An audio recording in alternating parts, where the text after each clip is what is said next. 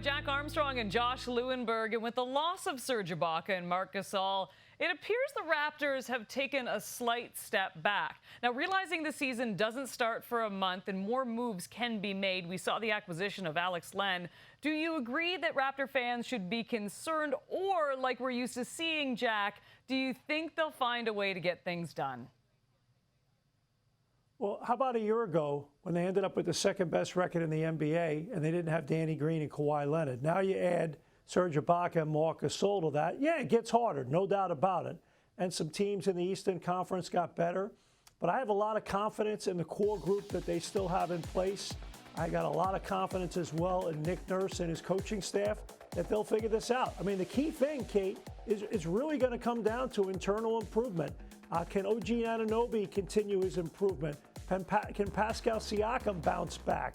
Can Kyle Lowry and Fred VanVleet stay at a high level? And more importantly, some of those secondary players, the Patrick McCaws, the Matt Thomases of the world, can they improve? If you get that, then you got a chance to be right in the thick of it again. Yeah, listen, in prioritizing their cap space for the summer of 2021 over bringing back the bigs, the Raptors knew that there was a possibility they'd have to take a small step back this season in order to take maybe a big step forward in a year from now.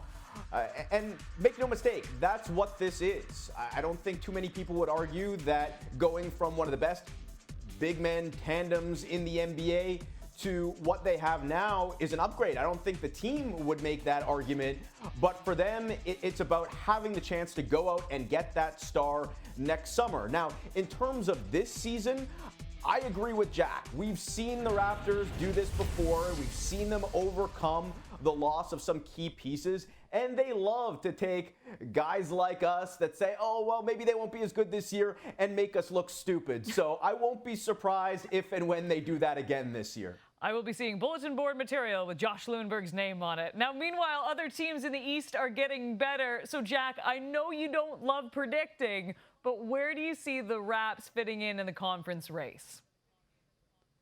I think they're going to make their 8th playoff appearance again this year. And I think that's where it goes. I mean, in terms of where they're going to finish 1 to 8, I don't have an idea at this point. It's way too early to tell. I think, again, for the Raptors, so much of this comes down to how they get the internal improvement from new faces. How a guy like an Alex Len, who they picked up today, what kind of impact he makes. Chris Boucher in a new role. You look at the different dynamics of their team. Obviously, Brooklyn's going to be dangerous if KD and Kyrie are healthy.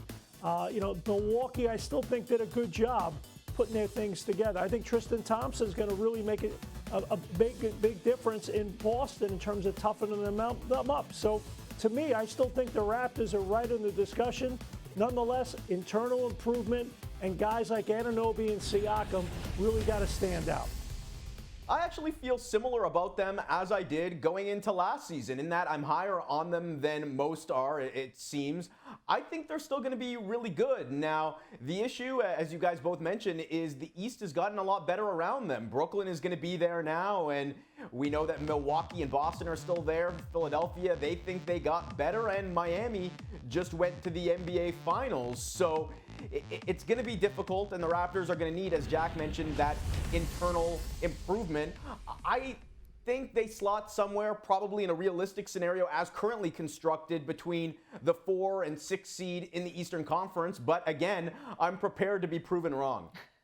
As we've seen, never count out the Raps, especially with Masai Ujiri still in charge. Appreciate it as always. Jack Armstrong, Josh Lewenberg. So this may come as a shock. The Lakers are the betting favorite to win the NBA title this season. The Raptors 8th on this list, tied with Dallas at plus 2,000. But Toronto continues to be somewhat overlooked in Vegas. In recent years, they've hit the over on their season win total in each of the last 9 seasons. Pacers are the next closest with 3.